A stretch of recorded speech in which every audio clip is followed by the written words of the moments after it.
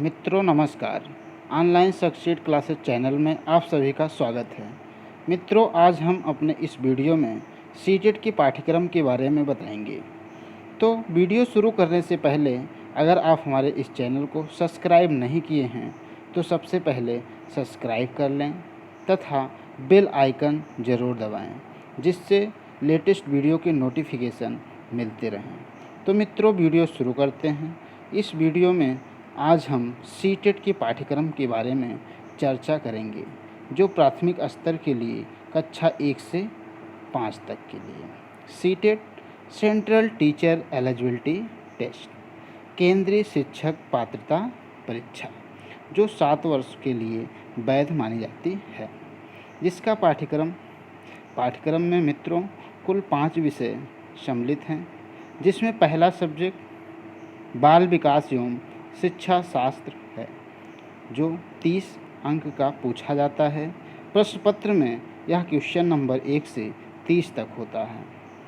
Subject दूसरा गणित, जो 30 नंबर का होता है। इसमें क्वेश्चन नंबर 31 से लेकर 60 तक माना जाता है।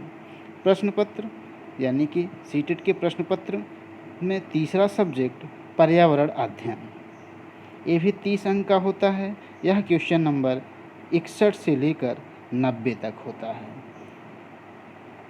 चौथा सब्जेक्ट भाषा फर्स्ट, जिसमें हम लोग हिंदी लेते हैं, ये भी 30 अंकों का होता है। यह क्वेश्चन नंबर 91 से लेकर 120 तक माना जाता है। भाषा सेकेंड संस्कृत, उर्दू, अंग्रेजी में से कोई एक भाषा का हम चयन करते हैं, क्योंकि यह ऑप्शनल सब्जेक्ट है। इसमें भी कुल 30 अंक होते हैं, जो क्वेश्चन नंबर 121 से लेकर 150 तक होता है। तो मित्रों, सीटेट कुल मिला के 150 अंकों का होता है, जिसमें पास मार्किंग जनरल कैटेगरी के बच्चों के लिए 90 अंक होती है तथा ओबीसी, एससी, एसटी के लिए 82 अंक माना जाता है। तो मित्रों, इसी क्रम में पहला सब्जेक्ट हमारा है बाल विकास एवं शिक्षा शास्त्र, जो 30 अंक का है। आपको पहले भी बता चुके हैं कि प्रश्न संख्या 1 से लेकर 30 तक यह प्रश्न पत्र में रहता है। तो मित्रों, बाल विकास एवं शिक्षा शास्त्र को हम 3 यूनिट में बांटकर पढ़ते हैं। तो यूनिट फर्स्ट है बाल विकास। मित्रों, बाल विकास एवं प्राथमिक विद्यालय के बच्चे, यानी कि प्राथमिक विद्यालय के बच्चों को ध्यान में रखते हुए हम बाल विकास पढ़ेंगे। बाल विकास क्या होता है?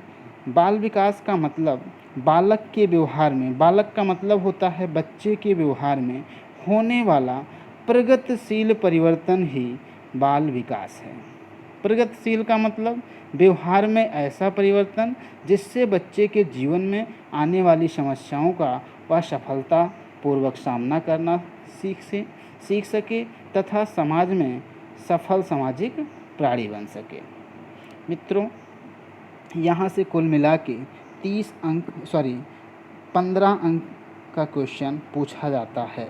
यूनिट सेकेंड समावेशी शिक्षा की अवधारणा और विशिष्ट आवश्यकता वाले बच्चे। तो मित्रों, समावेशी शिक्षा क्या है? जहाँ से कुल मिला के 5 अंक के प्रश्न पूछे जाएंगे। तो समावेशी शिक्षा क्या है?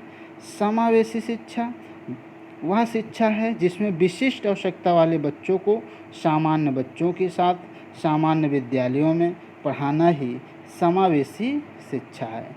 कहने का मतलब जो बच्चे सामान्य बच्चों से अलग हैं, ठीक, यानी कि वह बच्चे जो विशिष्ट हैं, यानी कि विशिष्ट आवश्यकता वाले बच्चों को हम जब सामान्य बच्चों के साथ सामान्य विद्यालय में पढ़ाएंगे तो समावेशी शिक्षा होती है। तो इसमें बच्चों आया कि विशिष्ट आवश्यकता वाले बच्चे। तो विशिष्ट आवश्यकता वाले बच्चे कौन से हैं? वह बच्चे जिनकी आवश्यकताएं, क्षमताएं सामान्य बच्चों से भिन्न होती है, अलग होती है, वे बच्चे विशिष्ट आवश्यकता वाले बच्चे कहलाते हैं। जैसे शारीरिक विकलांग बच्चे, दृष्टिबाधित बच्चे, मूक बधिर बच्चे, प्रतिभाशाली बच्चे, सृजनशील बच्चे, ये सब बच्चे जो हैं विशिष्ट आवश्यकता वाले बच्चे कहलाते हैं। तो मित्रों यूनिट सेकेंड जो समावेशी शिक्षा की अवधारणा एवं विशिष्ट आवश्यकता वाले बच्चे, यहाँ से कुल मिला के 5 अंक के प्रश्न पूछे जाते हैं। यूनिट थर्ड अधिगम एवं शिक्षा शास्त्र। दोस्तों अधिगम क्या है? अधिगम का मतलब होता है लर्निंग, सीखने सिखाने की प्रक्रिया, व्यवहार में परिवर्तन, विश्वास में परिवर्तन ही अधिगम है। कहने का मतलब व्यवहार में होने वाला लगभग अस्थायी परिवर्तन जो हम अनुभव और प्रशिक्षण के परिणाम स्वरूप प्राप्त करते हैं वही अधिगम है। जैसे साइकिल चलाना। तो मित्रों शिक्षा शास्त्र क्या है? शिक्षा शास्त्र क्या है? वह विषय जिसके अंतर्गत शिक्षण विधाओं का अध्ययन किया जाता है शिक्षा शास्त्र कहलाता है। तो कुल मिला के यहाँ से 10 अंक पूछे जाएंगे। तो बाल विकास एवं शिक्षा शास्त्र से कुल मिला के 30 अंक के प्रश्न पूछे जाएंगे। तो मित्रों चलते हैं दूसरे सब्जेक्ट में देखते हैं। दूसरा सब्जेक्ट आपका है गणित। गणित में कुल मिला के 30 अंक के प्रश्न आएंगे। यह प्रश्न पत्र में क्वेश्चन नंबर 31 से लेकर 60 तक रहेगा, जिसमें 15 नंबर का न्यूमेरिकल यानी कि जो हम सॉल्व करते हैं वो क्वेश्चन पूछे जाएंगे और 15 नंबर का शिक्षा शास्त्र आएगा पेडागॉजी से। मित्रों तीसरा सब्जेक्ट पर्यावरण इन्वायरमेंट, जो 30 अंक का पूछा जाएगा। इसमें भी ईवीएस का मतलब इन्वायरमेंट स्टडी, कहने का मतलब NCERT class first second third से मिला करके कुल 15 नंबर से पूछा जाएगा। मित्रों 15 नंबर का इसमें भी शिक्षा शास्त्र यानी पेडागॉजी से आएगा।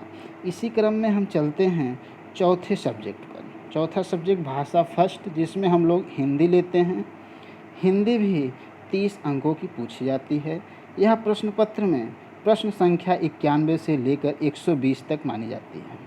इसमें एक गद्यांश और एक पद्यांश आता है। गद्यांश से कुल 9 नंबर के प्रश्न बनते हैं और पद्यांश से 6 नंबर के प्रश्न बनते हैं। तो गद्यांश और पद्यांश मिला करके कुल 15 अंकों का प्रश्न पूछा जाता है और शेष 15 अंकों की शिक्षा शास्त्र से क्वेश्चन पूछे जाते हैं।